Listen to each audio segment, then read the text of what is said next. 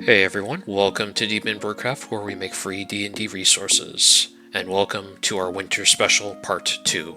Part 2 will focus on a Pixels to D&D episode. But what is being transformed into what, you may ask? Well, to correlate from the last episode we did, we're going to still focus on the Krampus. But from where? From what game? Today we're going to be looking at a game called Don't Starve, particularly the Don't Starve Together version of the game. And we're not just doing one character this time, we're doing two. We're going to be doing both a playable character from the game as well as a notorious boss from the game. Both are indeed a Krampus-inspired character, if not Krampi themselves. Wortox and Klaus as playable races in D&D. Of course, before we do any sort of information transferring and converting, let's figure out what this game is about really briefly. Don't Starve is a survival game. The Don't Starve Together version of this game is particularly one that encourages multiplayer play. As you try and progress and survive through the game, there are three factors that you have to basically upkeep in order to survive, otherwise suffer a painful death. Your health, your hunger, and your sanity. When your health drops to 0, you die. When your hunger drops, you start losing health, which will eventually hit 0 and kill you. When your sanity starts to drop, especially down to 0, you will start seeing apparitions of monsters appear, and then they will eventually kill you. The main goal of the game is to keep these three stats up to as high as you can get them, and progress. There are a few playable characters you can choose from, and a lot of different enemies and bosses you face throughout the game.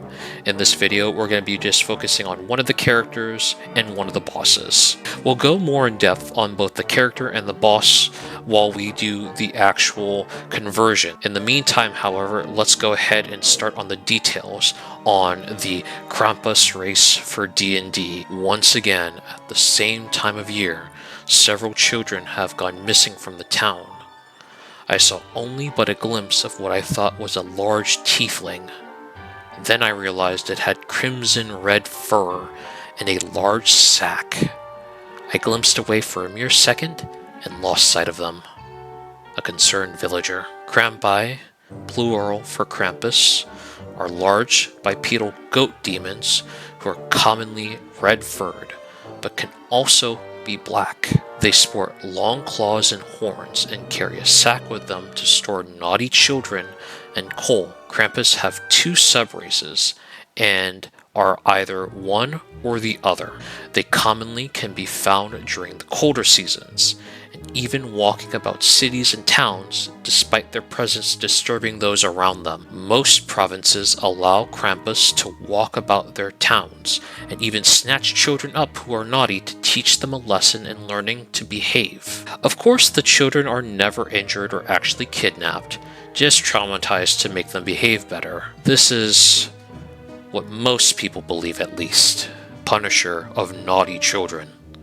Krampi are mostly mischievous beings, and some have theorized them from being from the plains of Avernus who have stumbled into our plane. They cannot stand the unruly, be them children or not, so a Krampus's main goal, especially to join a group and go out on an adventure, is to punish a being who they consider naughty. This person could even be the overarching villain of your story. The Red Sack. All Krampi come with large sacks, bestowed by their parents at birth, that could hold a large amount of weight, determined by the DM, and always feel light to carry. If a person were to be trapped within Krampus's sack, they must pass a difficulty class 13 strength save in order to forcibly exit. In terms of how you trap your victims within your bag, that is up to your interpretation of creative action and of course your DM's. Others' thoughts on Krampus. While most provinces allow the Krampus to roam about in towns, especially for playful celebrations, some places and people outright ban and despise them since they target children and are even known for going after adults, whipping them if they feel they deserve to be punished. A Krampus player should be aware when and where they are not welcome. Some general traits of the Krampuses as a whole. Age. All Krampi live around the same age as humans, about 75 years on average. Alignment. Depends on the Krampus. Most, however, are viewed as lawful evil, as they capture children in what they deem in their eyes as naughty. Your size is medium. Speed is 35 feet. Krampus's sack.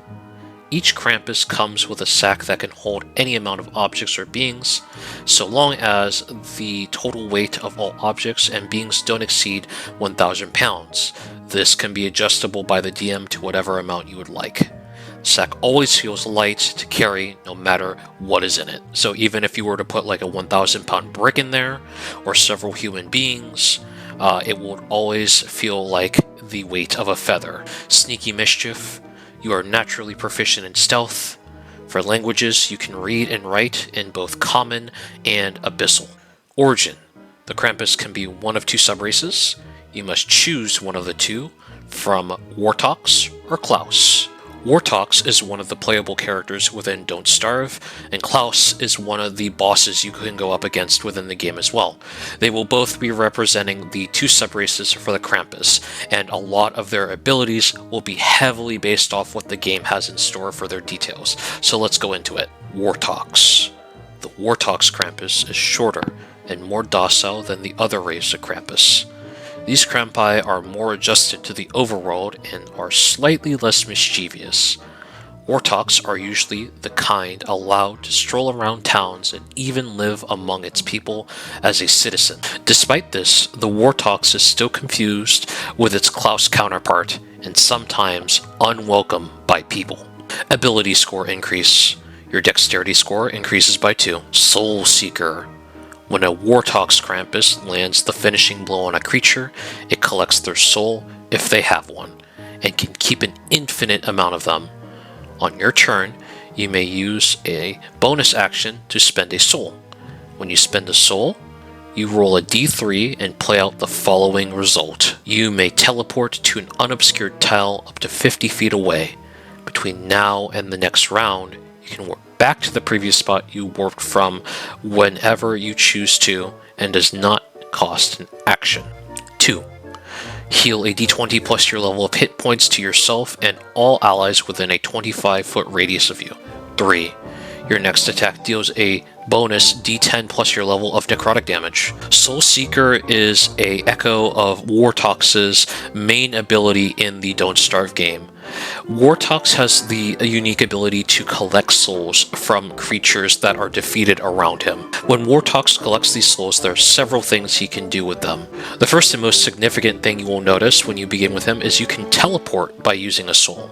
And for a very short duration, you're able to warp back to that spot. This is what the first effect is based off of. Another thing you can do with the souls is if you take them out of your inventory and attempt to drop them on the ground, they will instead fade away, healing yourself and anyone nearby, which is what the second one is based off of. The third one was a little bit more complicated. In the game, you're able to eat things to go ahead and stave off hunger. If you eat a soul, it will go ahead and replenish hunger, but it will decrease your sanity. To sort of replicate some sort of soul eating here, I instead had it power the Wortox Krampus up, dealing an extra d10 plus your level of necrotic damage instead, with no downside. The only nerf to this, however, is instead of being able to control what you do with the souls, is a d3 and whatever happens is random. The eye bone. Krampus' sack comes with a small 2-pound bone called an eye bone. While the eye bone is in your inventory, a mimic will be bound to you and follow you.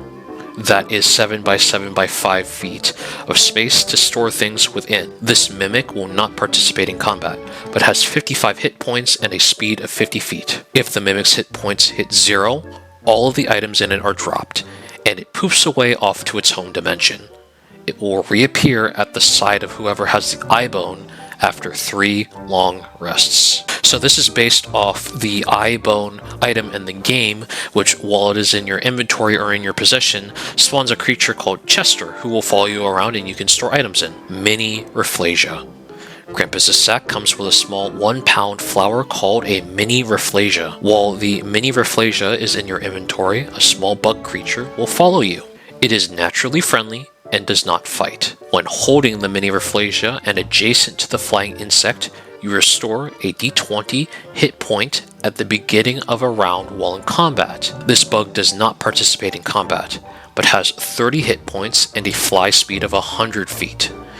If the bug's hit points hit 0, it dies permanently, and the mini Rafflesia will wilt and die, no longer having a use. Yourself and any other allied Krampus considered allies will deal double damage for the rest of combat.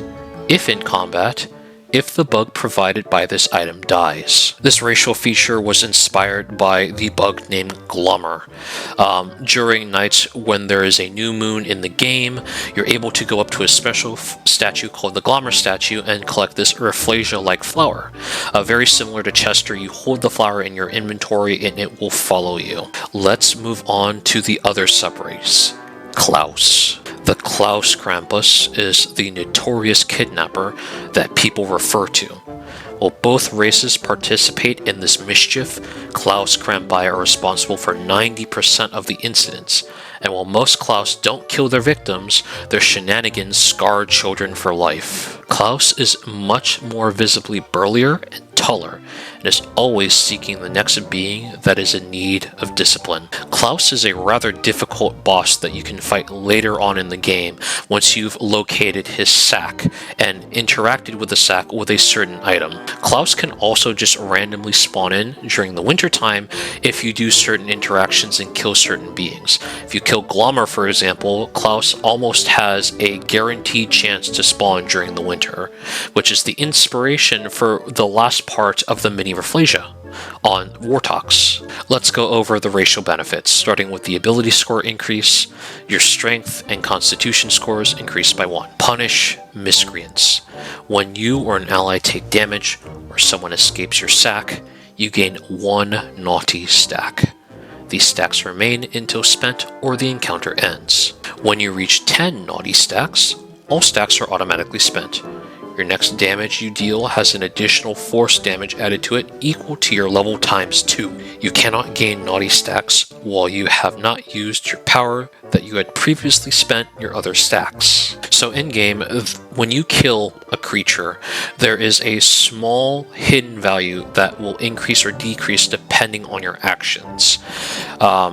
When I had mentioned killing Glummer, that value increases by a lot, which is what can determine the Klaus boss to spawn randomly sometimes. Punish miscreants is a very inspired racial trait based on that.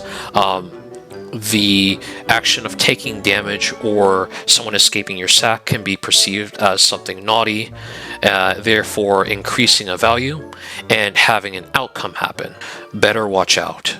Once per long rest, if you're at 0 hit points, you revive to full hit points and enter a permanent enrage until combat ends. When the encounter ends, your hit points return to 0.